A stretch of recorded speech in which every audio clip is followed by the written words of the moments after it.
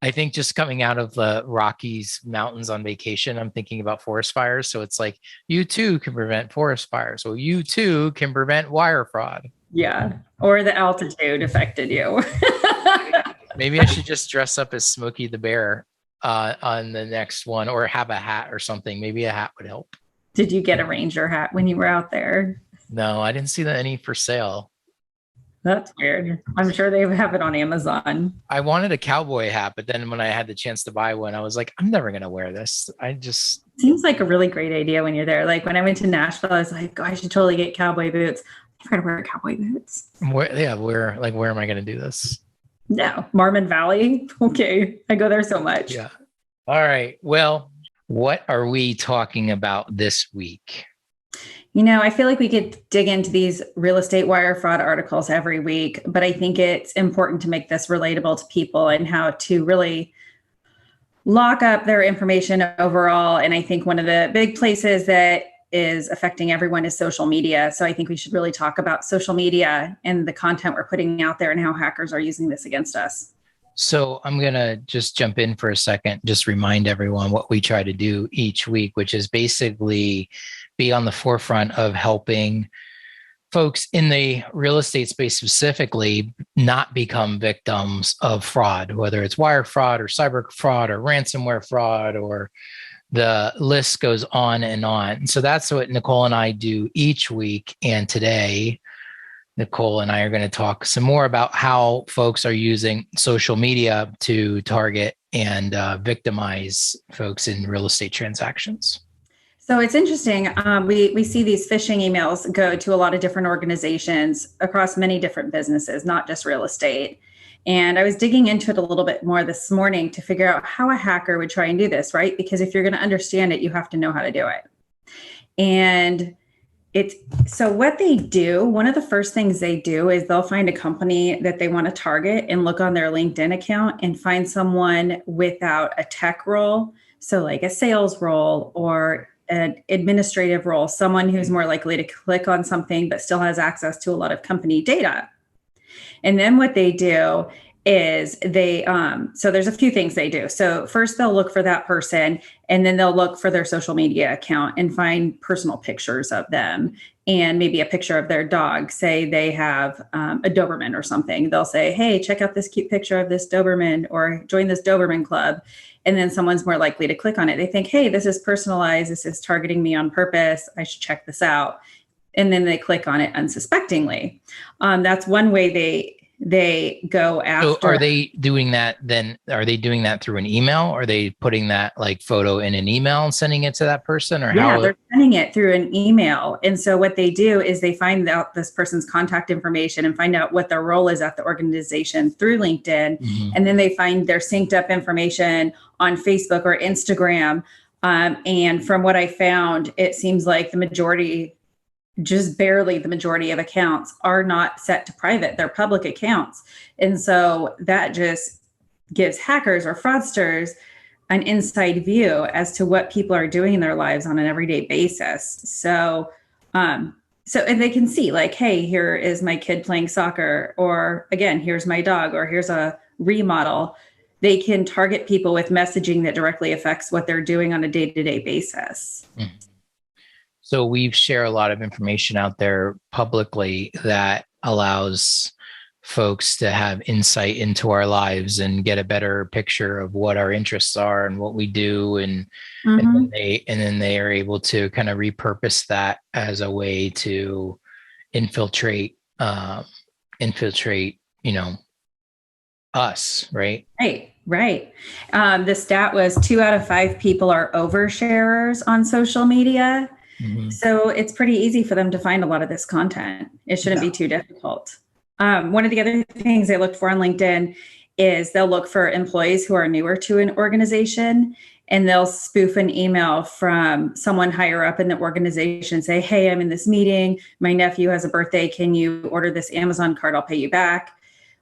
And newer employees are eager to please, right? They're really looking to make their way and make a name for themselves in the organization. So they're more likely to click on it and complete that process rather than question it. this then happens in like a larger organization, right? Where maybe somebody is newer, maybe somebody's in the accounting department, or somebody's in, and they get an email that looks like it's from their boss or a CFO or a CEO that says, "Hey, John, I need you to wire me some money today for whatever." And unsuspectingly, that can be a way that a business email fraud can happen, right? Mm-hmm. Exactly. So how does something like that work its way into like a real estate transaction? So really what the way this would happen is, especially with realtors have their information everywhere. And as they post on social, it gives them more visibility, and people are like, hey, my realtor is busy and active in the market. But at the same time, a hacker can say, hey, this is what's going on in their life. Let me send them an email that pertains to their interest and see if they click on it. And if they put their information in correctly, then I can get into their email account and start responding on their behalf.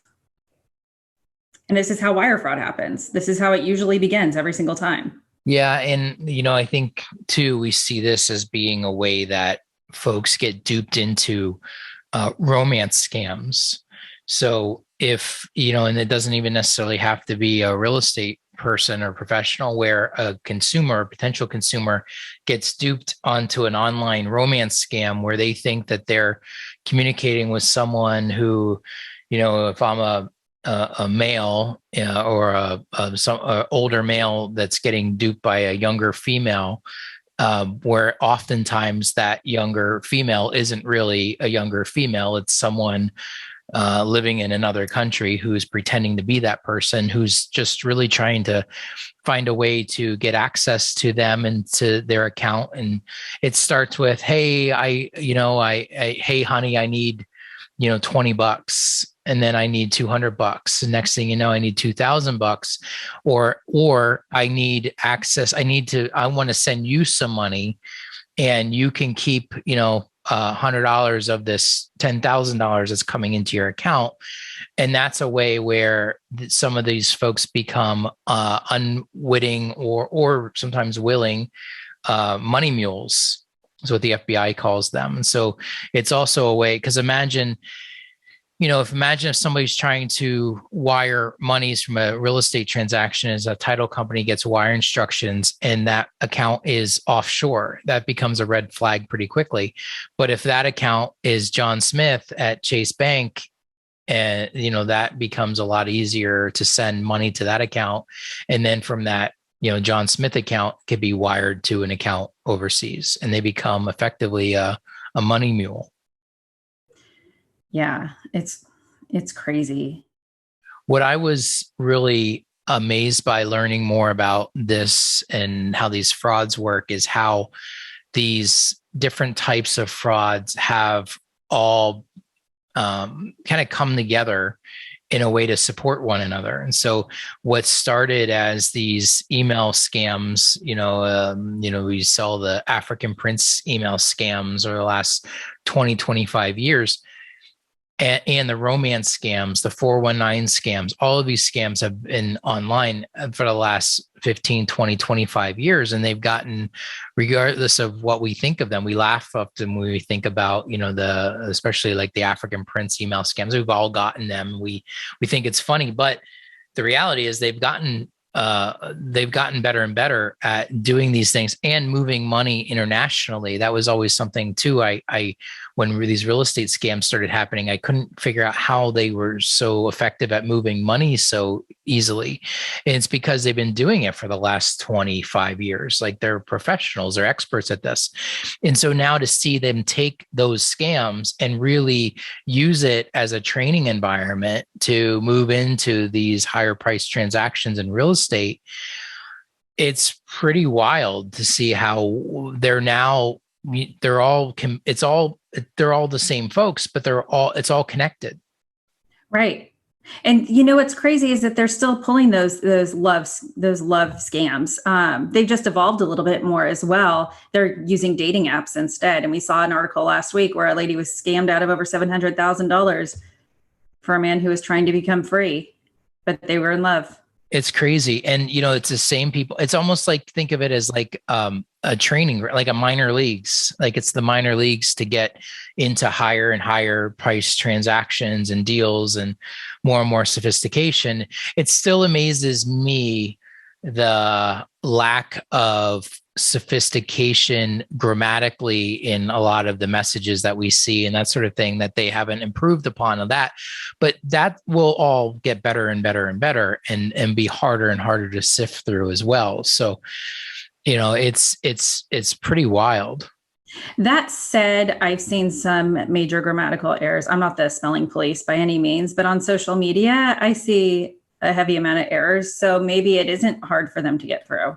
Yeah, I don't know. I mean, I think I get targeted on social all the time, where I get friend requests from, people that I don't have any mutual friends with, and that are typically, their pictures, you could tell they're like pictures of models or whatever, where Right. they're just trying to get me to accept so they can then have access to my friends list, or have access to start messaging me. And, hopefully they think I'm a dupe that they can begin creating some type of back and forth with. And so that certainly happens a lot, and it's a numbers game. And if they're effective with it, they can siphon off a lot of information that way. And so it is, all of these things are connected. We like to think that this is kind of like one thing is siloed from the other.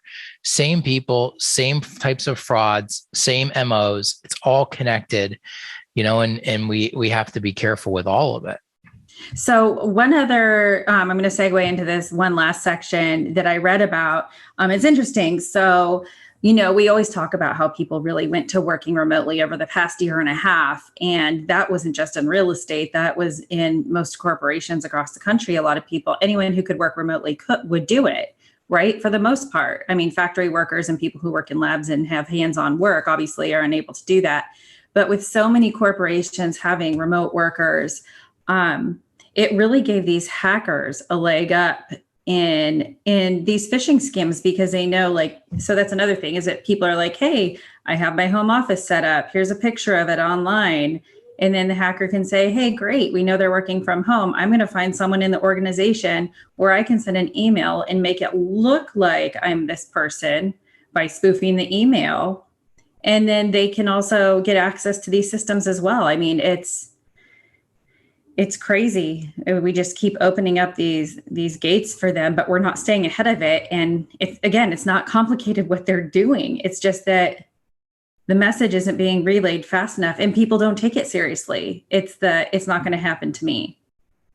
Yeah, it's not going to happen to me type of mentality that I think a lot of us are suffering from right now. And we both have seen this enough firsthand to know that this is the last thing that you want to happen to anybody you're working with. And it's devastating, not just personally, but professionally, in every aspect. It is soul crushing. And so, we do these things and we have these conversations because so much of this is about education and just shining a light on this before someone could potentially be a victim. And so the ability to talk about it, educate people, put things in place to prevent this type of fraud from becoming a victim of this type of fraud. So doing things like two-factor authentication, having clear policies and procedures when working with real estate professionals around what to expect and what they will send you through email and what they won't send you through email, and being able to ask these questions. You should be able to ask the people you're working with, do you have two-factor authentication set up on your emails? What happens if you are a victim of fraud? What have you been a victim of fraud before? What happens if I'm a victim of fraud? How are you protecting me? These are all questions that I think are fair to ask at this point in the game. Like, who's asking these questions? Is it the realtor? Is it the client? Or is it both? I think it's everyone. I think it's both. I think if you're a consumer and you're listening to this type of thing and getting educated and you're thinking about buying or selling a house, you should be asking these questions. It's your money. It's your responsibility. and ignorance is not a defense when these things happen. They're still going to happen regardless of whether or not we know about them. Right. So I think there's that. And I think if you're a real estate agent, for example, having these conversations with your lenders and your partners and your title companies to say, here are my expectations when working with my clients. Here is what I expect you to do. And here is what I expect of their information, how I expect it to be kept. And that agent also has to have their procedures and policies and protections in place. It's not enough for them to tell everybody else that this is what they expect. They also have to raise that bar for their own business and their own protections, because it is just one case away from, this just being devastating to their livelihoods. And that's what we're trying to do here is keep folks safe. So I think we should talk about, just in general, what people should be doing to protect themselves. And one of the big things they need to do is really check their privacy settings. Now, as a realtor, I think that it's really important to share information about listings and show others how active you are in the market. But I think maybe keeping stuff that's more personal, and you may disagree with me on this, but maybe keeping stuff that's more personal just within your sphere. I don't know what your thoughts are on that.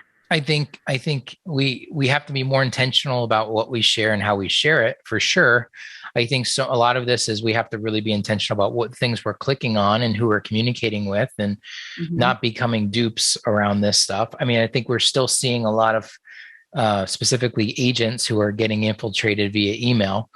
So having things like two-factor authentication, strong passwords, having clear communication with buyers and sellers and consumers about what to expect in this process, especially when they're buying. We see buyers are becoming targets more and more and more, so it's a combination of everything. I think at the end of the day, we all have a responsibility to be educated in and around what's happening and how it's happening. And we're responsible for what it is we do with our information.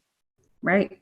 And what we don't do with our protection. And so I think, all of us have a responsibility now to be more educated, to be more protected, to be more secured. And if we aren't, then, that's a liability that we all absorb. And so I think we all have a responsibility to step up.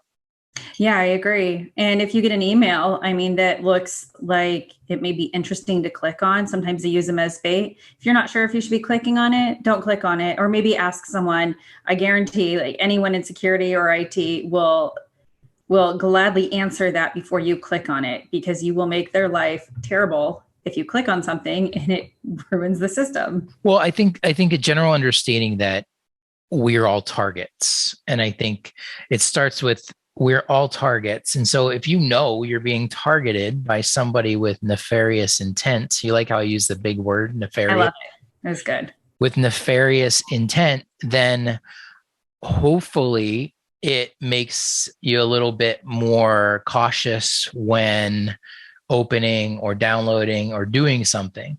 And so, if you're listening to this and you're a real estate professional, you are a target and you are a potential victim to these crimes, and your clients are potential victims to these crimes. And so how do we avoid these things? And so, that's so much of it begins with education and prevention. That's the goal with this. And so, it's what we're doing. Little by little, Nicole, one day at a time. Right. So what else do we want to talk about today? Or do we want to let people jump on to one of our other podcasts that we talk about the exciting world of real estate related wire fraud, cybercrime, and maybe they just want to listen to us because they like us? Maybe. I don't know. You're not buying that one. Right. That's funny. I like it. Of course they do. No, I think your tips are right. Multi-factor authentication, strong passwords, password manager. Password managers are key. They really monitor a lot for you, but they can't stop you from clicking on things. So you have to make sure you're doing your due diligence with all your emails. But yeah, obviously we're biased. We want to see protections in place like SafeWire on real estate transactions, whether it's your title company or you're an agent or whatever. We want to make sure that consumers are getting information securely and transferring information is happening securely. And we would think that you'd want to make sure that it's guaranteed. And so that's one of the things we do, is not just the software protections and the authentication protections, but we also have the guarantees in place as well. So yep, that's what I think about that. Yeah, I think that pretty much sums it up. I mean, I think once people realize that social media affects their lives, then they'll button it up a little bit more, and it just becomes a little bit more applicable to the process in general. So, for sure.